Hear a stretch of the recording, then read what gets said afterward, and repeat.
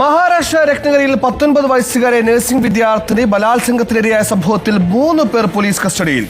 പെൺകുട്ടിയുടെ മൊഴി രേഖപ്പെടുത്തിയ ശേഷമായിരുന്നു മൂവരെയും കസ്റ്റഡിയിലെടുത്തത്. കൃത്യത്തിൽ ഇവർ പങ്കെടുത്തെന്ന സംശയത്തെ തുടർന്ന് പോലീസ് വിശദമായി ചോദ്യം ചെയ്തു വരികയാണ്.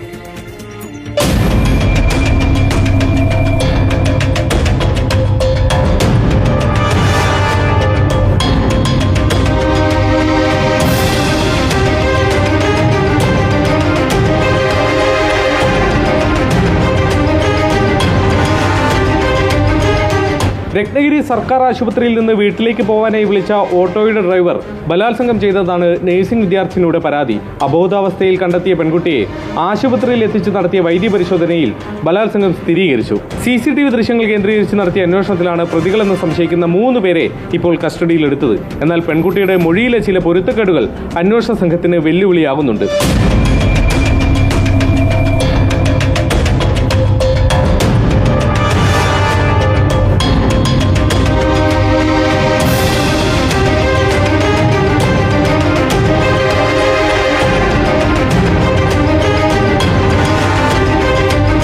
രത്നഗിരി സർക്കാർ ആശുപത്രിയിൽ നിന്ന് വീട്ടിലേക്ക് പോകാനായി വിളിച്ച ഓട്ടോ ഡ്രൈവർ മയക്കുമരുന്ന് കലർത്തിയ വെള്ളം നൽകി ബോധം കെടുത്തി പീഡിപ്പിച്ചെന്നായിരുന്നു നേരത്തെ പോലീസിനെ അറിയിച്ചത്.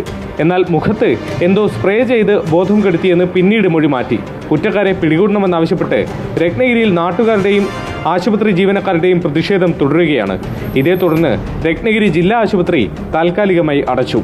24 മുംബൈ.